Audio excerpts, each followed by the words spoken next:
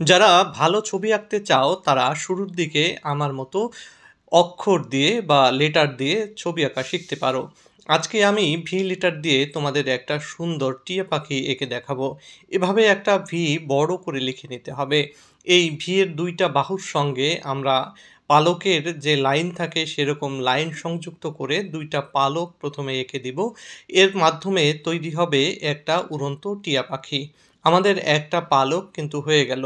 অন্য আরেকটা পালক একইভাবে পিছনের দিকে এরকম বাঁকা, বাঁকা লাইনের মাধ্যমে পালকগুলো দিয়ে আমরা নিচ পর্যন্ত এভাবে নিয়ে আসবো।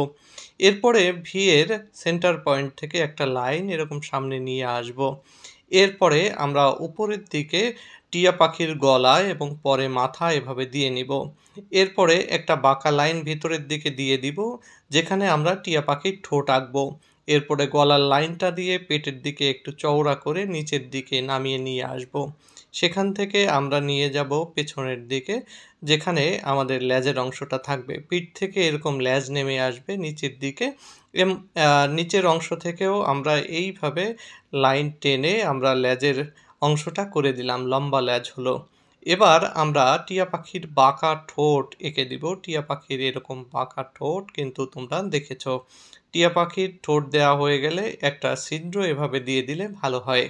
এরপরে আমরা টিয়া পাখির জন্যে একটা চোখ আঁকবো। সেই চোখটা বেশ বড় থাকবে। মণিতে একটা হাইলাইটস পয়েন্ট রেখে দিব। এবার গলায় ২ টা দাগ দিয়ে দিব। তোমরা দেখেছ টিয়া পাখির গলায় প্রায় লাল রঙের একটা বেল্টের মতো থাকে। এরপরে আমরা যেহেতু উড়ন্ত টিয়া পাখি, তার পায়ের নখগুলো দিয়ে দিব। পা ভাঁজ করার পরে এরকম নখ দেখা যায় ছোট, ছোট করে।